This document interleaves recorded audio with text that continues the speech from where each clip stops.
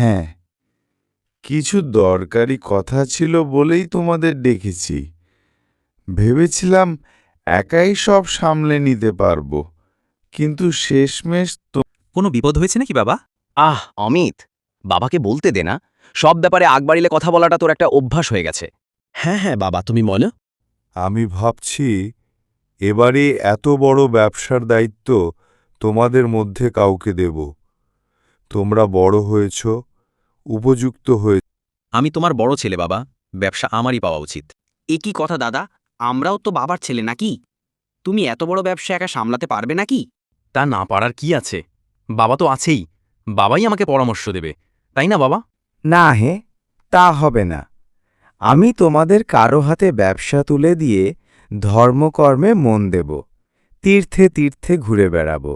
আমি আর বড়দা দুজনে ঠিক ব্যবসা সামলে নেব। আর অমিত ছোট, সবে কলেজ পাশ করে এসেছে। ও তো ব্যবসার কিছুই জানে না। ওকে একটা মাস মাইনের ব্যবস্থা করে দেব। তবে এই ব্যবসার অধিকার নিতে গেলে তোমাদের আরও কিছু জানতে হবে। হ্যাঁ বাবা, বলো না। আমাদের এত বড় ব্যবসা, কোথায় কি আছে তা তো আমাদের বুঝে নিতে হবে। কত লাভ হয়। হ্যাঁ, এটা ঠিক যে আমার এই ব্যবসা অনেক জায়গায় ছড়ানো, অনেকগুলি কারখানা আছে আমার। আর এই ব্যবসা চালানোর জন্য আমাকে বেশ কিছু ঋণ নিতে হয়েছে। সে তো আগেও নিয়েছো বাবা। হ্যাঁ, ঠিক তাই। এই বাড়িসহ আমার বেশ কিছু সম্পত্তিও বন্ধক দেওয়া আছে। এসব তুমি কি বলছো বাবা? তোমার ব্যবসায় এত ঋণ, আর সেই ব্যবসা তুমি আমাদের দিতে চাও? সে কি? হ্যাঁ, ঠিক তাই। এই বাড়ি সহ আমার বেশ কিছু সম্পত্তিও বন্ধক দেওয়া আছে। তোমরা উপযুক্ত হয়েছ। আমি যে ঋণ করেছি তা তোমরা পরিশ্রম করে শোধ করে দেবে। তোমরা উপযুক্ত হয়েছ। আমি যে ঋণ করেছি তা তোমরা পরিশ্রম করে শোধ করে দেবে। না বাবা, তোমার এই কথা ঠিক নয়। ঋণে জর্জরিত একটা ব্যবসা নিয়ে তো আর লাভের মুখ দেখতে পারবো না। তার থেকে ব্যবসা। দাদা তো ঠিকই বলেছে। কিন্তু বড়দা, ছোটদা, বাবার এই বিপদে তো আমাদের সবার বাবার পাশে থাকা উচিত। যেটা বুঝিস না সেটা নিয়ে কথা বলিস না। বাড়ি ঘর বিষয় সম্পত্তি সব দেনার দায় যখন চলে যাবে, তখন রাস্তায় বসে ব্যবসা করবি? তোমরা মিছেই চিন্তা করছ। তোমরা সবাই মিলে কাজ করলে সহজেই আবার আমরা সব ফিরে পাব। আমার যখন বয়স ছিল তখন অনেকবারই ব্যবসা নতুন করে দাঁড় করিয়েছি, বেশি পরিশ্রম করে। না বাবা, এ হয় না। একটা পড়ে যাওয়া ব্যবসা আমাদের ঘাড়ে চাপিয়ে দিতে চাইছো? ঠিক আছে, তোমাদের যা মর্জি। যদি তোমরা রাজি না থাকো তাহলে তোমাদের প্রত্যেককে আমি 10 লাখ টাকা দেব। নিজেদের মতো করে জীবন শুরু করবে। আমি যা বললাম তাই হবে। তোমরা কাল ভেবেচিন্তে উত্তর দিও। নিয়ে ভাববার তোমাদের কোনো প্রয়োজন নেই। ঠিক আছে বাবা, আমরা কাল তোমাকে আমাদের সিদ্ধান্ত জানাবো। কি এতক্ষণ গুজুর গুজুর করছিলে তোমরা 3 ভাই মিলে বাবার সাথে? আর বলো না, বাবা যে শেষ বয়সে এসে আমাদের হাতে হ্যারিকেন ধরিয়ে দেবে তা বুঝেনি।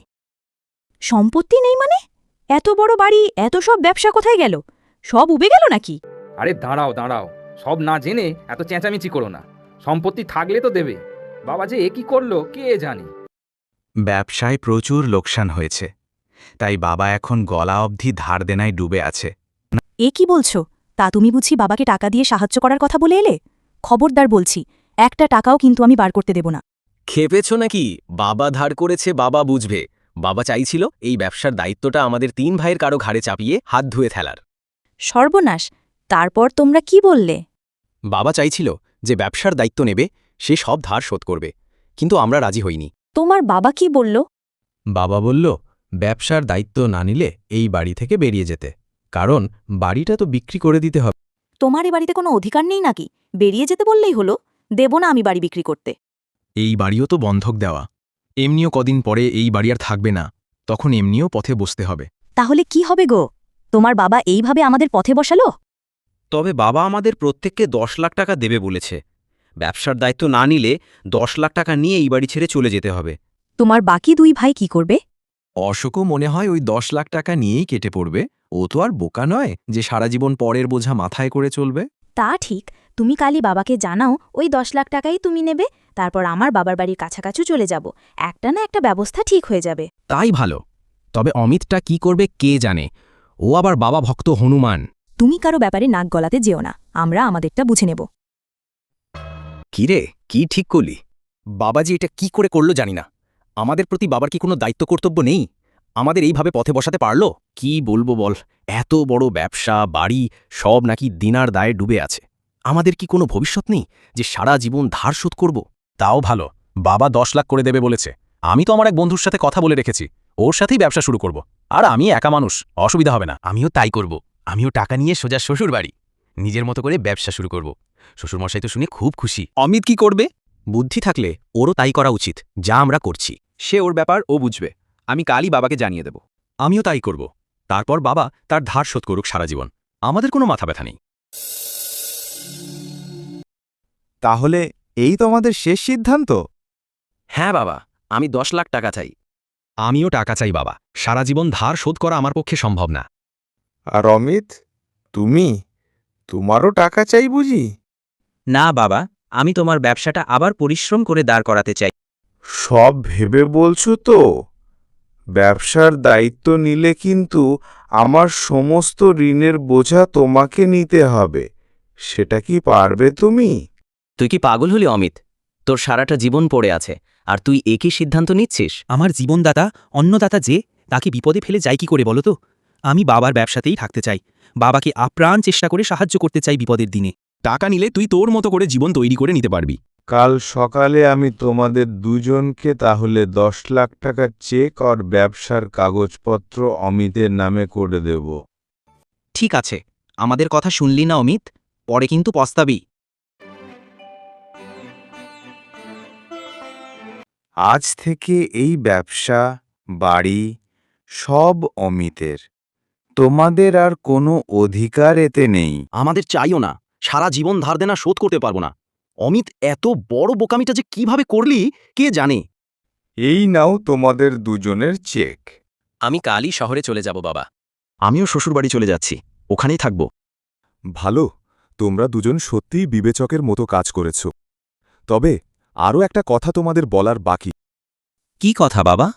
আমাদের ব্যবসায় কোনো লোকসান হয়নি এবছর। এবছর প্রচুর মুনাফা হয়েছে। আর এই বাড়ি কারখানা কোথাও বন্ধকও দিতে হয়নি। তোমাদের পরীক্ষা করার জন্য এসব বলেছিলাম। মানে এসব কি বলছো বাবা তুমি? তাহলে তুমি আমাদের এতদিন ধরে এসব কথা বলেছিলে কেন? আমি তোমাদের যাচাই করে দেখতে চেয়েছিলাম। আমি আমার ব্যবসার জন্য তোমাদের মধ্যে কে যোগ্য তা বুঝে নিতে চেয়েছিলাম। তার মানে আমি আর অশোক অযোগ্য আর অমিত যোগ্য? ও কি জানে ব্যবসার? সবে পড়াশোনা শেষ করেছে। আমি আর বড়দা যে এতদিন তোমার ব্যবসায় পরিশ্রম করলাম তার কোনো মূল্য নেই? তুমি সব অমিতের নামে করে দিলে, আর আমাদের জন্য মাত্র 10 লাখ টাকা। আমি তো ভেবেছিলাম যে ব্যবসা তোমাদের তিনজনের নামেই হবে, কিন্তু তোমাদের পরীক্ষা করার জন্য ধারের কথাটা বললাম। তোমরা দুজন দেখলাম এক নিমেষে বুড়ো বাবাকে ঋণের বোঝা সমেত ঘাড় থেকে নামিয়ে ফেললে। তোমরা যখন এই বুড়ো বাপটার কথা ভাবনি, তখন তোমাদের নিয়ে ভাবতে আমার বয়েই গিয়েছে। কিন্তু বাবা, আমি একা তো এই সম্পত্তি চাইনি। সে তুমি চাও আর নাই বা চাও, এই ব্যবসা এই সম্পত্তি আমি নিজের ঘাম আর রক্ত দিয়ে পরিশ্রম করে বানিয়েছি। আমি চাই না কোনো অযোগ্য লোক এগুলো বসে বসে ভোগ করুক। তুমি ওদের মতো লোভী নও আর পরিশ্রম করতে আগ্রহী, তাই সব ব্যবসা সম্পত্তি তোমাকেই দিলাম।